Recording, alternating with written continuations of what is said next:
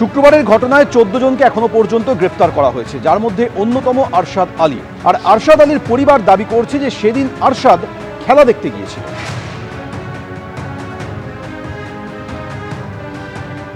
Modern খেলা দেখতে যাচ্ছিল মডার্ন গ্রাউন্ডে, কিন্তু রাস্তা জাম ছিল বলে ওখানে নেমে গেছে, নেমে গিয়ে হেঁটে ওখান থেকে যাচ্ছিল। এবার ওখানে কি করেছে না করেছে সেটা তো বলা মুশকিল। আমরা থানা থেকে জানতে মানে পুলিশের করেন উনি ব্যবসা করে, ওনার আছে ডায়েরির ব্যবসা আছে। না না পার্টি কিছু করে না, ওই ডায়েরি ম্যানেজার, ওই রাজাবাজার বৈঠকখানা দিচ্ছেন উনি। নিটের এক্সাম আত্মীয়রা তো আছে, এমনি ভাগনা ভাগ্নি আছে, ওই বছর সেটা তো বলতে পারছি না, ওটা দেখা যাচ্ছে, আমরা তো দেখিনি কোনোদিন। সেটা তো ওই বলতে পারবে কি রাগ আছে। জুতো খুলে এই ছবিটা কি আছে, আমি কোথা থেকে এসেছে সেটা আমরা বলতে পারবো না। এটা উনি আছে, এটা এবার এটাকে মানে এআই জেনারেটেড আছে কি এটা কি আছে সেটা আমি বলতে পারবো। এটা এআই জেনারেটেড হতে পারে। যে 14 জনকে গ্রেপ্তার করা হয়েছে তাদের মধ্যে রয়েছেন জহিরুদ্দিন মাল। তার বাবা বলছেন যে কেন ওই মিছিলে গিয়েছিল জহিরুদ্দিন, সেটা জহিরুদ্দিনই বলতে পারবে। ওর দোকান আছে, কাপড়ের দোকান আছে ভাঙড়ে। মিছিলে এসেছিল, মিছিলে এসেছিল। হ্যাঁ, ওর ভাগ্নি টাগ্নি অনেক। না, নিজে পড়াশোনা করে না এখন। কি জন্য এসেছিল? উনি মিছিলে এসেছিল। নিট কে দিচ্ছে আপনাদের বাড়িতে? আমাদের বাড়িতে নিট কে দেবে? নিটের কোনো পরীক্ষার্থী আছে আপনার বাড়িতে? আছে, ভাগ্নিরা সব পড়াই হয়েছে। দিচ্ছে ডাক্তারি পরীক্ষা দিচ্ছে না, জহিরুদ্দিন কত ক্লাস পর্যন্ত পড়াশোনা করেছে? এই 12 ক্লাস। আন্দোলনে কেন এসেছিল? এসেছিল কেন সেটা কেউ নিয়ে গেছিল না, সেরকম কেন শুনিনি আমরা। কি কালকে রাত্রে হঠাৎ শুনলাম যে এরকম ধরে নিয়ে গেছে। না না, উনি তো মারধর করেনি। ছবি পেয়েছে। ধৃতদের মধ্যে রয়েছে জমির আহমেদ ওরফে মিঙ্কু। তার পরিবার বলছে সেদিন মিছিলে গিয়েছিল জমির আহমেদ।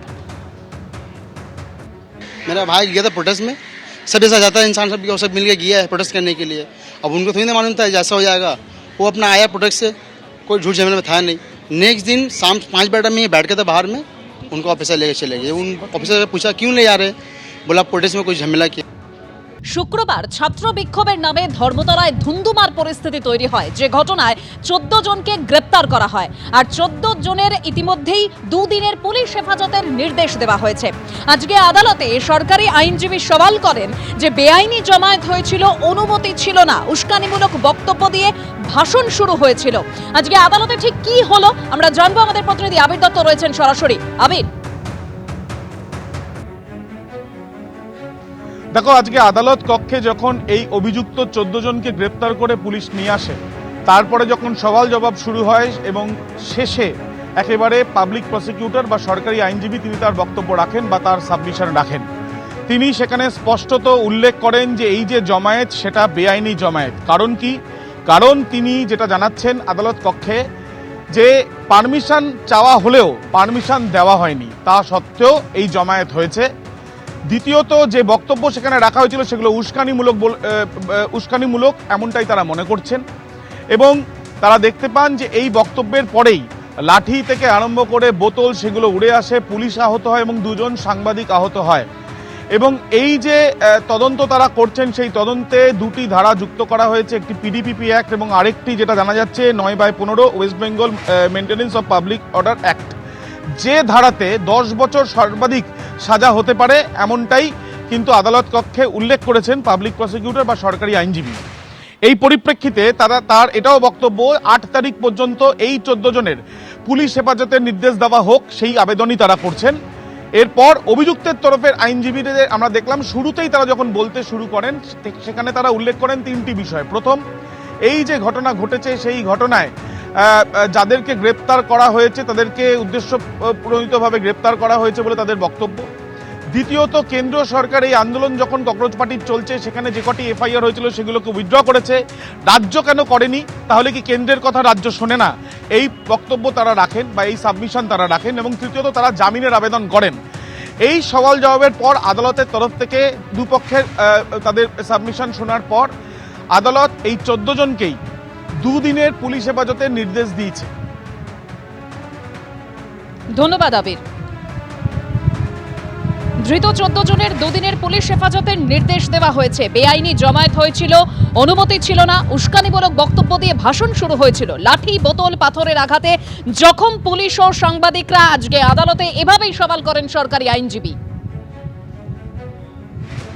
বিষয় আমরা তুলে ধরিয়ে দেখালাম।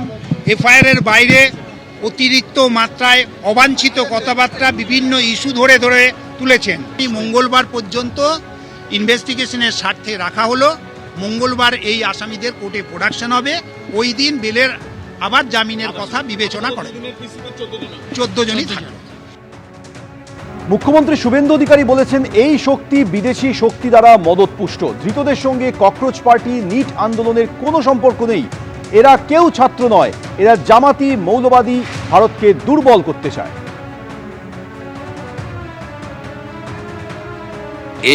এই শক্তিটা কমপ্লিটলি বিদেশি শক্তিদের দ্বারা মদতপুষ্ট হতে পারে, তদন্তকারীরা বলতে পারবেন। কিন্তু যেভাবে সংবাদ মাধ্যমের কর্মীদেরকে মেরেছে, রক্তপাত করেছে এবং প্রাণঘাতীর চেষ্টা করেছে, তার বিরুদ্ধে ব্যবস্থা 7টা মামলা হয়েছে। সব মামলা কিন্তু রিপোর্টাররা করেছেন। গ্রেপ্তার হয়েছে 14 জন, যাদের ভিডিওতে দেখা গেছে তারা গ্রেপ্তার হয়েছে। এদের সঙ্গে ককরোচ পার্টি নিট আন্দোলনের কোনো সম্পর্ক নেই। এরা কেউ ছাত্র নয়, এরা কমপ্লিটলি জামাতি মৌলবাদী এবং ভারতবর্ষকে দুর্বল করতে চায়, অশান্তি করতে চায়। আর গত 10 সপ্তাহব্যাপী যে বিজেপি রাষ্ট্রবাদী সরকার চলছে, তারা যে সিদ্ধান্তগুলো আইন কার্যকর করার ক্ষেত্রে নিয়েছে, সেই যন্ত্রণা থেকে এই অসভ্যতামিটা এরা করছে। এই খারিজি মাদ্রাসা তার রেজিস্ট্রেশন নিয়ে তদন্ত হচ্ছে, এদের রাগ আছে। অবৈধ ওবিসি সার্টিফিকেট পেয়েছিল, হাইকোর্ট বাতিল করেছিল, আমরা কার্যকর করেছি, রাগ আছে। 1950 সালে পশু হত্যা আইন কার্যকর হয়েছে, রাগ আছে।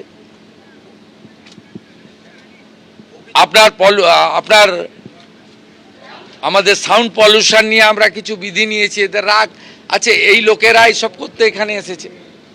প্রধানমন্ত্রীর ছবিতে লাথি মারা, মুখ্যমন্ত্রীর ছবিতে লাথি মারা, প্রধানমন্ত্রীকে ব্যক্তিগতভাবে যে ছবি মানে চোখে দেখা যায় না, এটা আন্দোলন নাকি? আমরা আলাদা মিছিল করেছি, যে কারণে ওই দিন আমরা মিছিলে যাইনি, আজ প্রমাণিত সেই সিদ্ধান্ত সঠিক ছিল। আক্রমণ করে কুণাল ঘোষ ঠিক কি বলেছেন শুনুন। ধরনের কোনো ঘটনার তীব্র নিন্দা করছি, এটা হতে পারে না কখনো। যে কজেই মিছিল ডেকে থাক, যারাই ডেকে থাক, হয়তো আমরা সেখানে নেই, আমরা হয়তো আলাদা মিছিল করছি, কোনো না কোনো কারণে তো আমরা আলাদা মিছিল করেছি। এবার দেখা যাচ্ছে সেই কারণগুলো ঠিকঠাক কারণ। আমরা যে কারণে যে মিছিলটায় আমরা যাইনি, আমরা আলাদা করেছি, আজকে প্রমাণিত হচ্ছে যে আমাদের নেত্রীর সিদ্ধান্তটা সঠিক ছিল। আমাদের নেত্রীর সঙ্গে সরাসরি দিল্লির যারা আন্দোলন করছেন, এবং গতকালও আন্দোলনের নৈতিক জয়ের পর দিল্লির আন্দোলনের আসল নেতা কিন্তু ধন্যবাদটা বাংলা থেকে মমতা বন্দ্যোপাধ্যায়কেই দিয়েছেন ফোনে। কিন্তু তার জন্য আমরা কোনো বিশৃঙ্খলা সৃষ্টিকারী কাজ করতে চাইনি। যারা মিছিল ডেকেছিলেন সেখানে গিয়ে কি করে এই বাহিনী ভিড়ল, এখন ভালো তৃণমূলে যারা গেছেন তারা হয়তো ভাবছেন আরও ভালো হবেন, হাতে এইসব নিয়ে ঘুরলে আরও ভালো। ভালো তৃণমূল হচ্ছেন না, ভালো তৃণমূলের অনুগামীরা তারা এইসব করতে যাচ্ছেন, তো করতে গেছেন। আমরা এর তীব্র নিন্দা করছি। ও যে কজে মিছিল, যে কারণে মিছিল, তার সঙ্গে এই কালচার, এই ধরনের আসল হোক বা নকল হোক, বন্দুক, রিলস, এসব ভাবা যায় না। এবিপি আনন্দ, এগিয়ে থাকে, এগিয়ে রাখে।